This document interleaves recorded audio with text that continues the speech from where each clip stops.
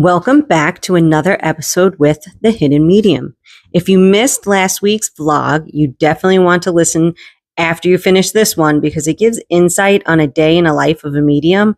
I had an excellent comment on that vlog that gives you an even more insight on how all mediums don't necessarily receive information exactly the same way.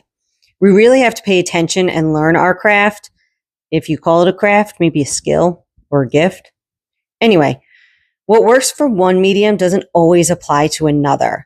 We all have different lifestyles and family backgrounds and experiences, and all of that will influence our abilities. That's what makes us unique while all sharing the same gift. Now, as for today's episode, we're going to talk about tarot cards and how they came back into my life. Let's start at the beginning. The day I had my first tarot reading. A friend and I were traveling to New Mexico from Las Vegas, Nevada, for a continuing education class we needed to complete. We decided to make it an adventure and stop and see some sights along the way. We spent the night in Sedona, Arizona, and did all the spiritual things you should do when visiting Sedona, as it is renowned as an energy vortex. We first had our aura chart completed. My friend had 4 prominent colors. Mine was just one color completely surrounding me. Next, we went to have our cards read. I sat down and the woman asked me to pick an initial 3 cards.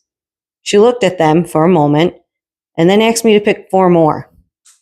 Without saying anything, she asked me to pick 3 more.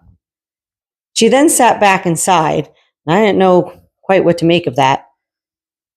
She looked at the cards and then looked up at me and said, "Well, I've never had this happen before. You picked all major arcana." Now, if you're new to the tarot deck, as I was at the time, you should know that the deck has 22 major arcana, which are events in your life that cannot be changed or altered. There are 56 minor arcana for a total of 78 cards. The minor can be altered depending on the decisions you make in your life. Well, I picked all major, 78 cards, 22 majors, and I drew 10 majors. She then asked me to pick one last card, and I did what I was told. She explained to me that I'm a very powerful healer. I have no choice. This is my path.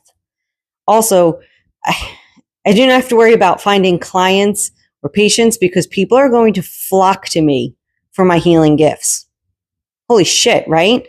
That seemed like a lot of responsibility for little old me. She asked if I had my aura chart done, which I said yes. And she said it was all green, right? No other colors, just green. She was right. I left not sure how to feel, like empowered, nervous, scared, excited. Not every day someone tells you are powerful.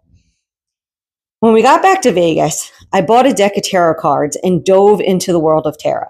I read books and created journals. The more I got into it, the more overwhelmed I became.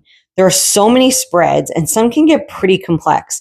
I was beginning to think that this wasn't a good fit for me. It wasn't until recently that I realized it doesn't have to be that hard. I was talking with a client, and she said she had a tarot deck that she had never used and wanted to give it to me because figured I would be someone who would actually use them and do well with them. Since moving to Florida, I have unpacked all of my tarot cards and journals, and I dabble occasionally, so the idea of a free deck was good with me. She gave me the same style deck I already had, but the cards are much smaller and easier to manage and shuffle than my oversized deck.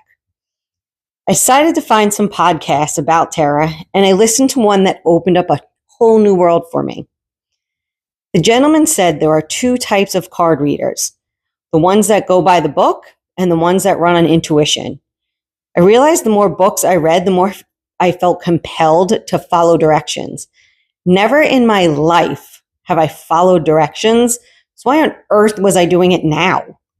No wonder tarot felt out of place for me. I was doing it the way, quote unquote, they wanted me to, and simply not listening to my intuition. Why possess these gifts of a powerful healer if I'm going to do things by the book? So I decided to just focus on my journal, where I had jotted down what each card said to me. My journal, my words, not anyone else's. I'm a very keep it simple kind of girl, so my card pulls are generally between 1 and 5 cards. Lately, I've been giving guidance to people in my life, guiding on big decisions or helping to find a new path in life. I finally feel at one with my cards, like we work together as a team instead of me trying to figure them out. I always tell people to trust their gut because the gut never lies, and there I was completely disregarding mine. I'm extremely thankful for that client and that podcast because I now have an ease and confidence with my tarot deck that I never had before. My services as a medium are now expanded. Not only can I give answers as to who is with me, but now I'm able to guide for future endeavors. I learned more in that evening, first with my client and then listening to the podcast on the drive home, than I learned in an entire life coaching coursework. I'm excited for what the future holds for me and my mediumship. So for more information about me and my services, be sure to check out my video shorts. And as always, be sure to like, subscribe, comment, and share. All of this greatly helps my channel grow and allows me to continue to provide content. As always, thanks for listening.